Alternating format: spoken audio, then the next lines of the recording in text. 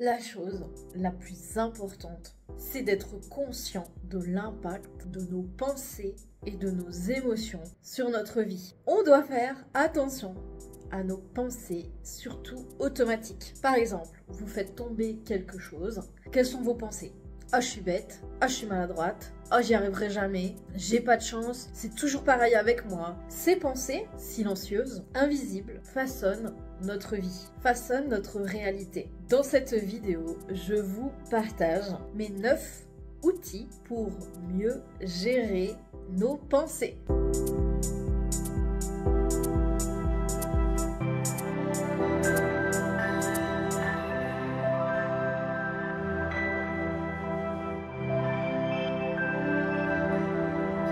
Ici la botte secrète, la chaîne pour apprendre à se connaître, mieux gérer ses pensées et ses émotions afin de créer la réalité, la vie que vous voulez. Quand on vient au monde, on n'a pas de manuel d'être humain. On nous dit pas, tiens, regarde comment tu fonctionnes. C'est dommage parce que ça nous aiderait bien, franchement. On se laisse mener par des pensées intrusives qui vont créer justement des émotions et ces émotions vont créer des réactions. Ces pensées nous dominent, nous ballottent dans tous les sens. Déjà, il y a une chose à savoir, c'est que les pensées et les émotions, on en aura toujours. Je parle de gestion des pensées, mais ça ne veut pas dire ne plus penser ou ne plus avoir d'émotions. Je vous invite aujourd'hui à devenir plus conscient de nos pensées, de ses pensées, à devenir un créateur conscient de ses pensées et du coup de sa réalité. Et avant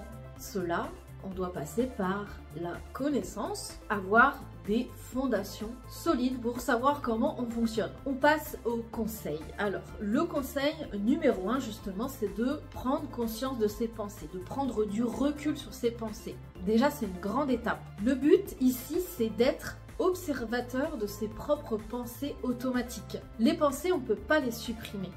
Elles vont arriver comme ça, dans un flot, tout le temps. Ce qui va tout changer, c'est notre façon de réagir à ces pensées. Et aussi, quelle pensée on alimente.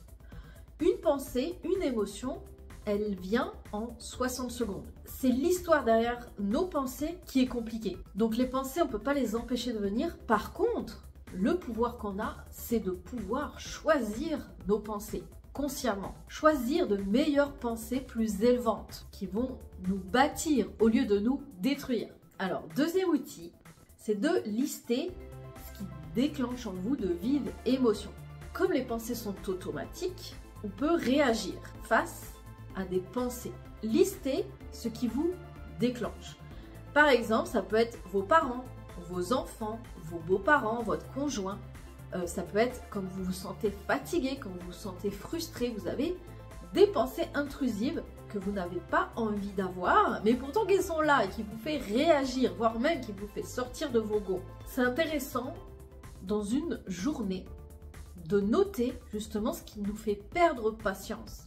Ça, c'est des pensées parasites. L'outil numéro 3, on va dire c'est facile de dire ça, c'est de sortir de sa tête. On pense trop, tout le temps. On est en surcharge. On a beaucoup d'informations à digérer. Il y a beaucoup de pensées par jour.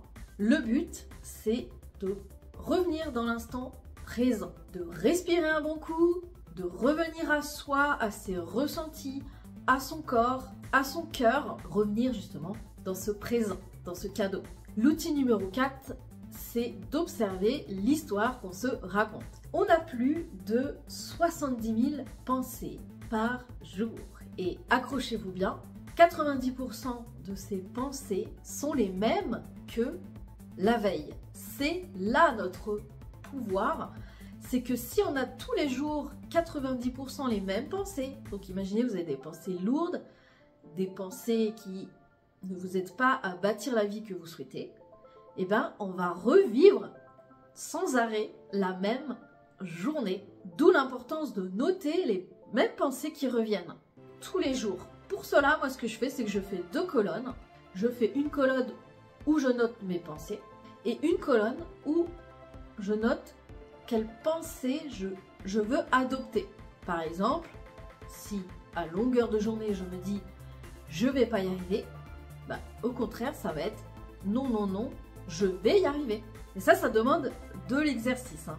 Ça se fait pas du jour au lendemain. Le but, c'est d'avoir des pensées plus élevantes. Concept numéro 5 que j'adore, c'est sur quelle station vous êtes branché, quelle station de radio. Est-ce que vous êtes sur la station de victimes? Vous savez, l'émission où les victimes racontent leur pauvre vie. Est-ce que vous êtes sur cette station-là? Est-ce que vous êtes dans un drama, dans une histoire dramatique? Est-ce que vous êtes sur une station de radio de colère, d'angoisse? Est-ce que vous êtes sur une émission qui vous donne de l'angoisse?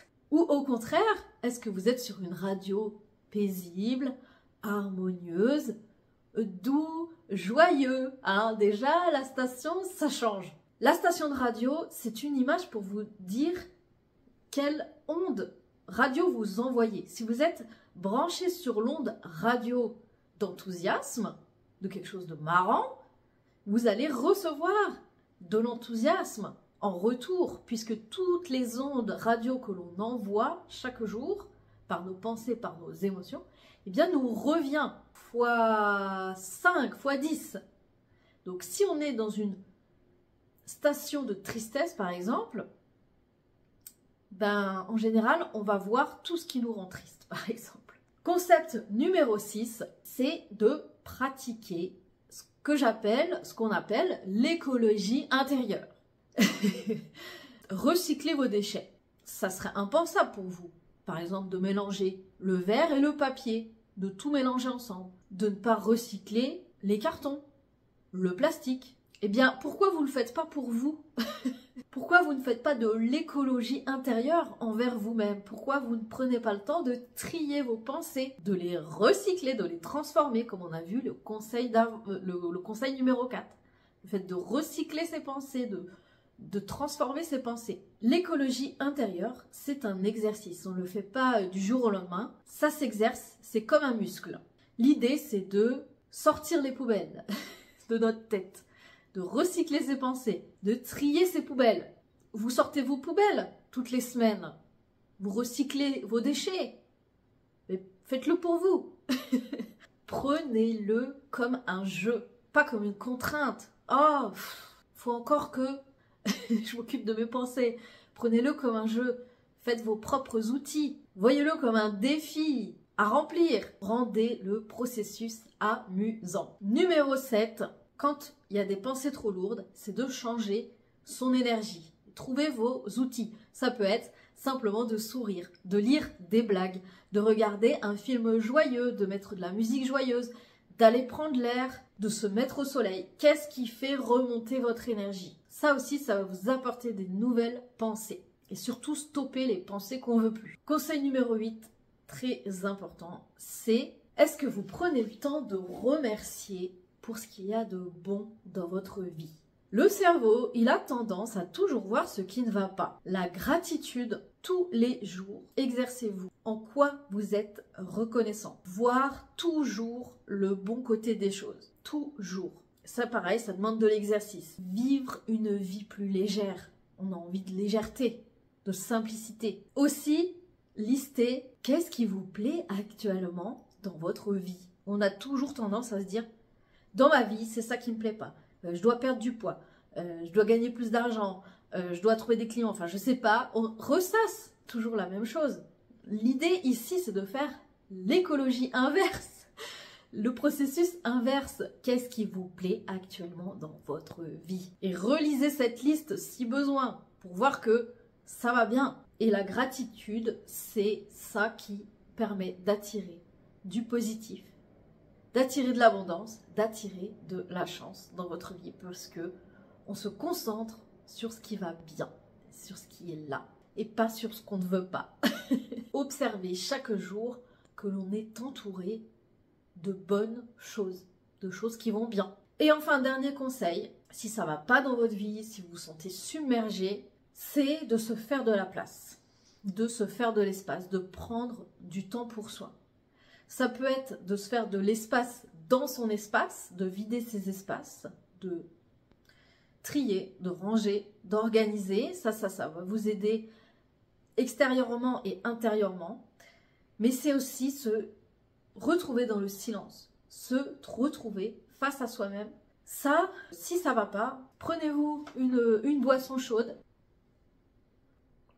vous prenez une feuille, un stylo, et vous vous posez tout simplement, sans rien d'autre. C'est juste vous et vous. L'important, c'est de sortir de ce cycle hypnotique de toujours, de même pensée, de même journée, de même situation. C'est de se faire de l'espace, de s'offrir du calme. C'est très important aujourd'hui. Voilà, vous avez les informations. L'important, c'est d'appliquer toujours tout ce que vous apprenez, toutes les choses, c'est de les tester. J'espère que vous avez pris des notes. Sinon, revoyez la vidéo. Testez ces 9 outils. N'hésitez pas à me laisser un commentaire si vous avez des questions. Transformer ses pensées, c'est notre pouvoir intérieur secret. Et oui, c'est un long travail. Et oui, c'est un travail invisible qui ne se voit pas et pourtant ça change tout. On doit devenir responsable de notre état intérieur, de notre état émotionnel. Si vous souhaitez apporter des changements dans votre vie, avoir de nouvelles habitudes, on peut organiser un appel de coaching ensemble. N'hésitez pas à me contacter par email, je vous le mets juste en dessous. On en discute, il n'y a plus qu'à. Bon courage, on se retrouve pour la prochaine vidéo. Hop!